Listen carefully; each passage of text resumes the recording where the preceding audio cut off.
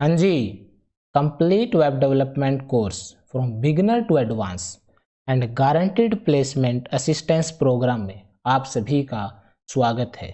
यहाँ आपको coding questions, projects, assignments सब करवाए जाएंगे। सिर्फ विश्वास आपको करना है। तो अगर आप एक वेब डेवलपर बनना चाहते हो और एक अच्छे पैकेज को ग्रैब करना चाहते हो तो पढ़ाई करना शुरू कर दीजिए, क्योंकि ये समय रिवॉल्यूशन का है। एंड आई प्रोमिस इससे अच्छा कंटेंट आपको कहीं पर भी नहीं मिलेगा। और अपने लेक्चर आपको alternate day, Monday, Wednesday, Friday को शाम के 7 बजे चैनल पर मिल जाएंगे। और उसके रिगार्डिंग सभी मटेरियल टेलीग्राम चैनल पर मिलेगा, जिसका लिंक डिस्क्रिप्शन में है। तो अब अपने फ़ोन और लैपटॉप को ओपन कर लीजिए, साथ के साथ आपको इम्प्लीमेंट करते हुए चलना है। और एक बात, अगर कोई नया स्टूडेंट अपने चैनल पर आया है तो मुबारक हो, आप बिल्कुल एक सही प्लेस पर आए हो। लेकिन आपसे रिक्वेस्ट है लेक्चर 1 से शुरू करने का, तभी आपको अच्छे से समझ में आएगा, क्योंकि एक कंप्लीट वेब डेवलपमेंट कोर्स है।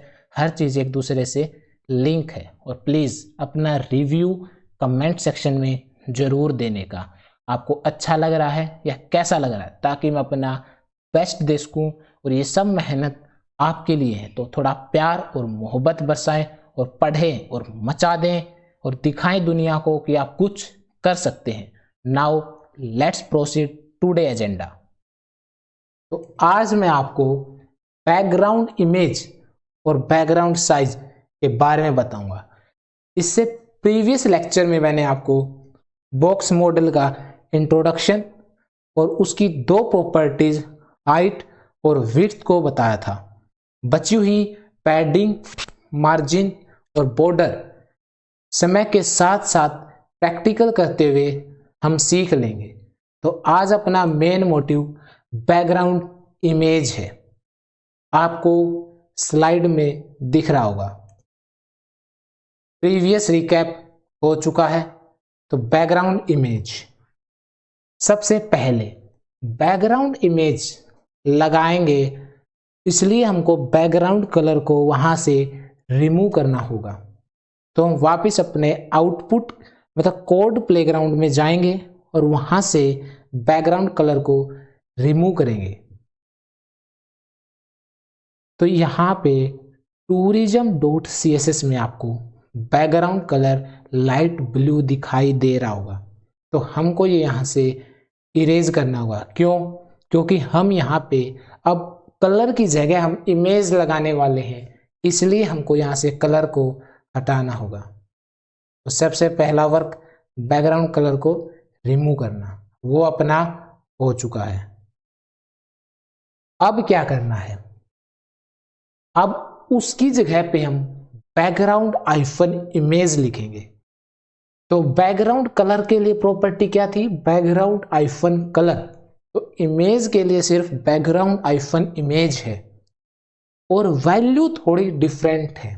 क्या है? URL और फिर ब्रैकेट और डबल कोट्स के अंदर उस इमेज का URL हमको पेस्ट करना होगा। इस तरीके से हमको अपनी बैकग्राउंड इमेज दिखाई देगी। तो अब क्वेश्चन है कि हम इमेज URL कहां से प्राप्त करें इंटरनेट पे? तो उसके लिए हम यूज करेंगे freepik.com का। इसका freepik.com का। तो उसके लिए हमको अपने ब्राउजर में चलना होगा।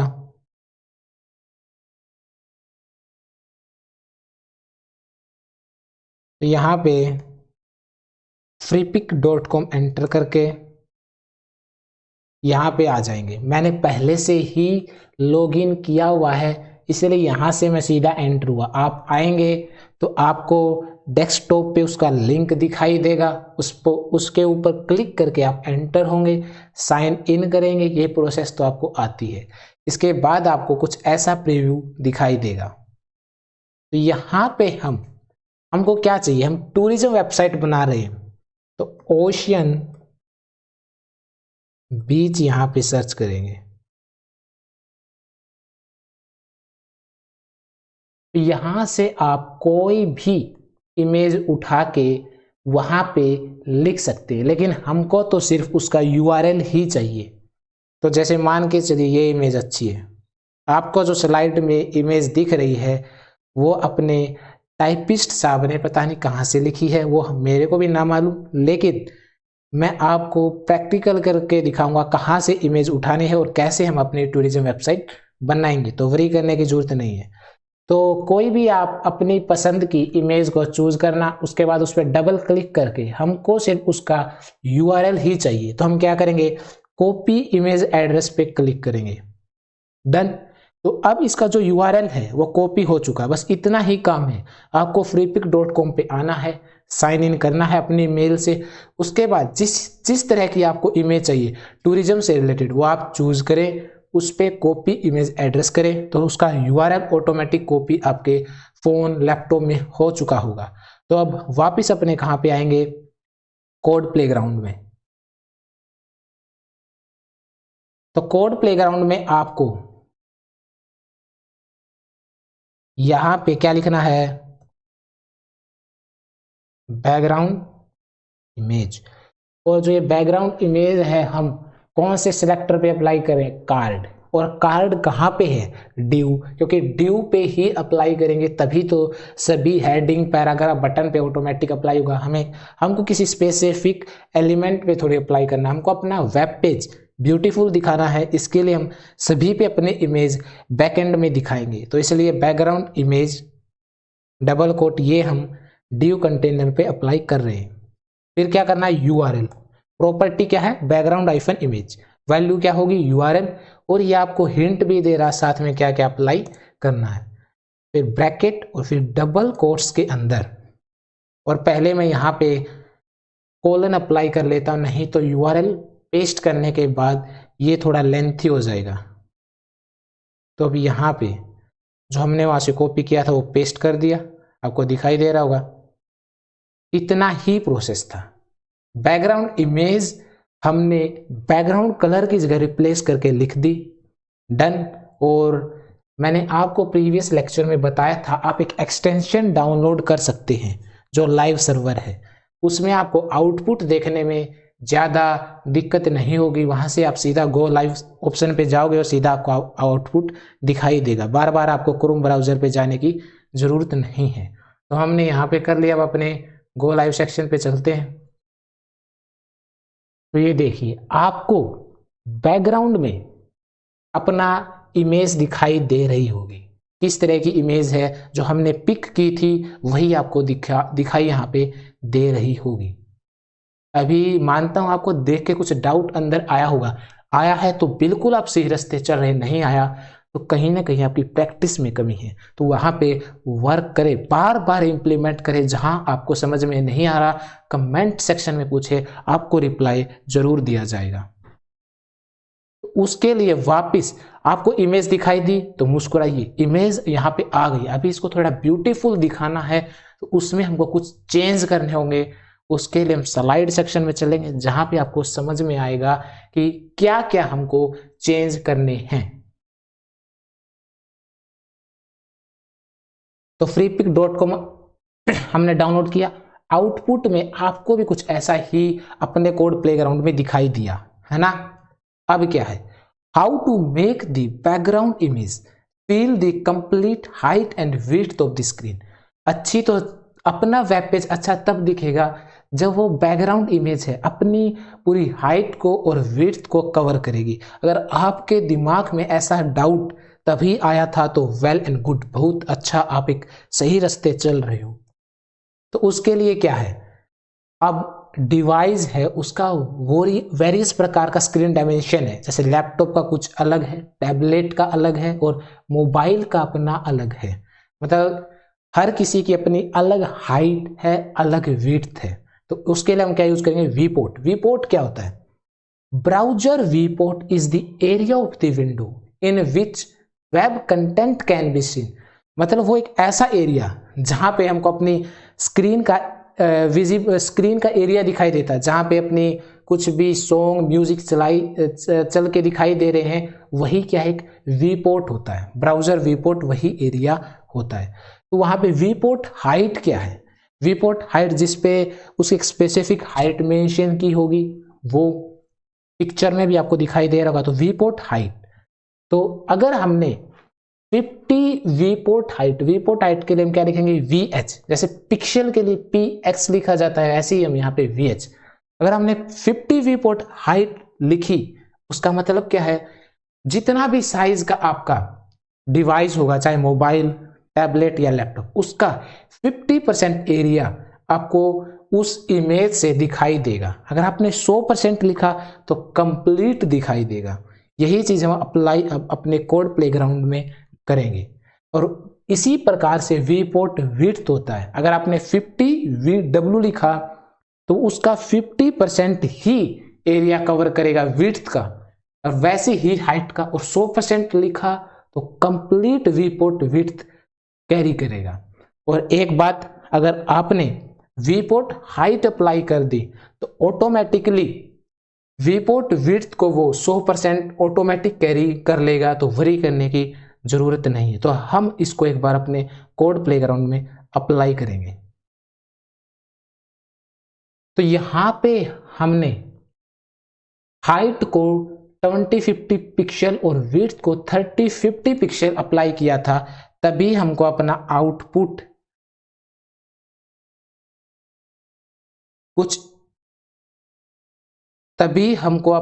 एक मिनट,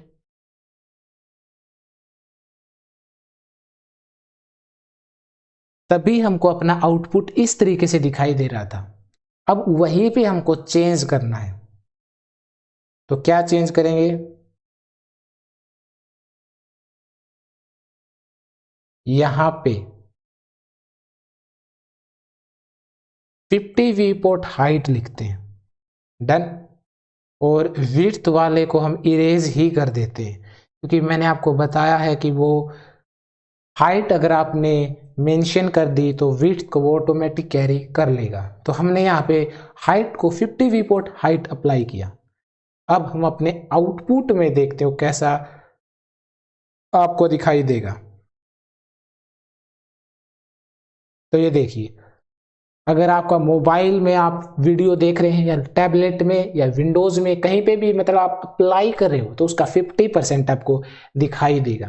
तो पहले से अपने आउटपुट में बहुत डिफरेंस आया है। और विड्थ देखिए, उसने ऑटोमेटिक 100% कैरी की है, आपको वीडियो में दिखाई दे रहा होगा। अब वापिस हम अपने उसी सेक्शन में चल के इसको 50 की बजाय 100 करते हैं, डन। अब अपने आउटपुट को देखते हैं।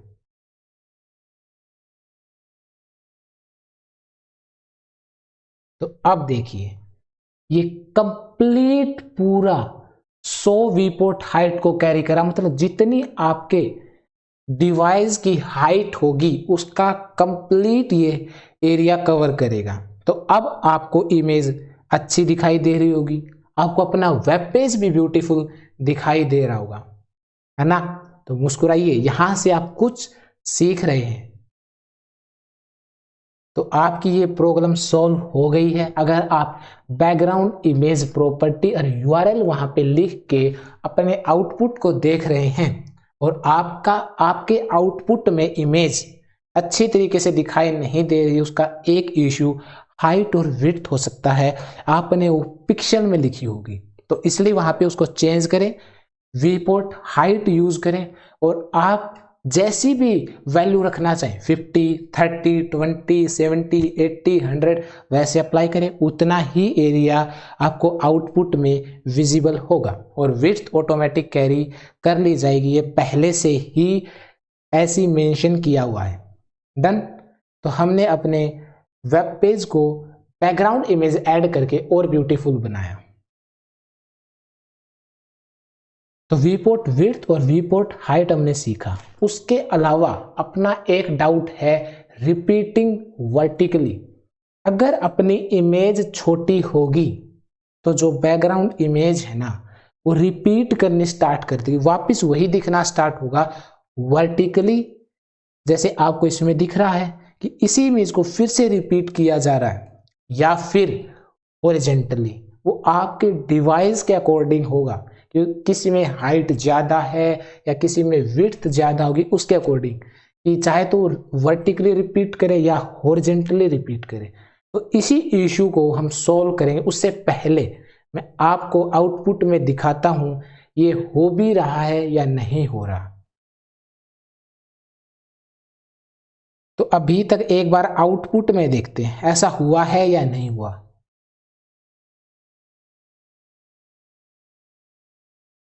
आउटपुट में दिखेगा अभी तक तो इमेज रिपीट नहीं हुई, लेकिन एक बात आप हॉरिजेंटली देखिए इमेज रिपीट हो रही है। ध्यान से देखिए जो इमेज है वो हॉरिजेंटली रिपीट हो रही है ना, वर्टिकली रिपीट नहीं हो रही। उसके लिए आपको क्या करें, अगर आपकी इमेज पहले से ही छोटी होगी तो आपके ब्राउजर की जितनी हाइट होगी वहीं पे रिपीट कर देगी।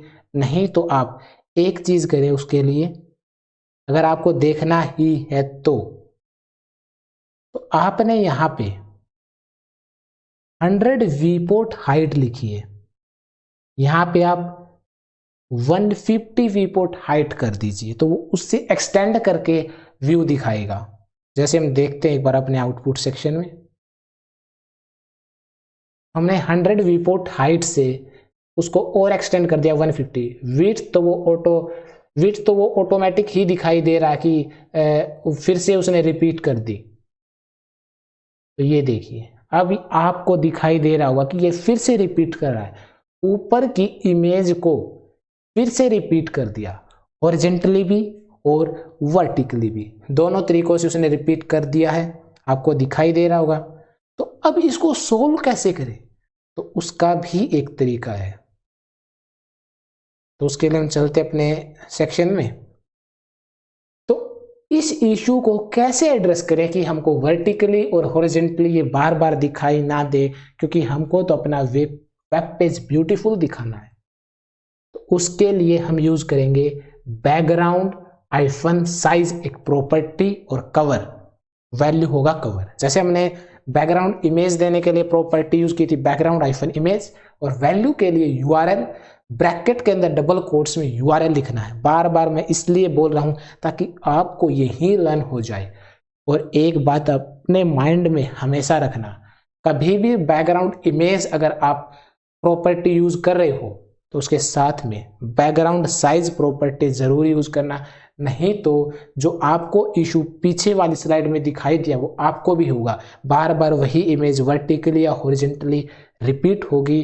तो इसको आप अप्लाई करना ना भूलें। तो अब इसी को हम अपने कोड प्लेग्राउंड में अप्लाई करते हैं, क्या ये इसको करेक्ट कर भी रहा है या नहीं। तो यहां पे हम नीचे अब लिखते हैं प्रॉपर्टी बैकग्राउंड और साइज, वैल्यू क्या आएगी कवर। इतना डन है। वीपोर्ट हाइट को चलो एक बार के लिए 100 करते हैं, फिर 150 भी कर लेंगे बाद में। डन। अब अपने आउटपुट में देखते हैं। अब देखिए विड्थ के साइड आपको इमेज रिपीट होते हुई दिखाई दी तो आपका आंसर होगा नो, कंप्लीट उसने कैरी किया है, कोई भी विड्थ रिपीट नहीं हुई, क्योंकि हमने बैकग्राउंड साइज प्रॉपर्टी यूज करके वैल्यू क्या लिख दी कवर, उसको कंप्लीटली कवर कर ले वो इमेज, बार बार रिपीट ना हो। और एक बार हम वहां पे 150 और अप्लाई करते हैं।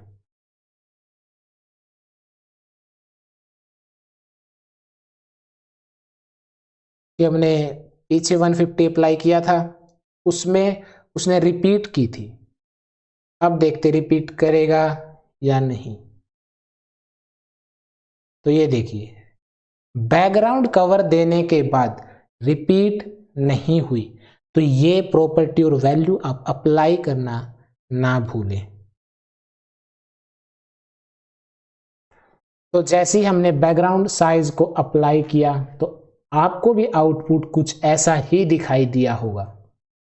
तो आज के लेक्चर्स में हमने बैकग्राउंड साइज और बैकग्राउंड इमेज सीखी और अपने वीपोर्ट हाइट और वीपोर्ट विड्थ सीखी, क्योंकि अपने डिवाइस की अलग अलग हाइट है, विड्थ है, लैपटॉप की, कंप्यूटर की, टैबलेट की और फ़ोन की।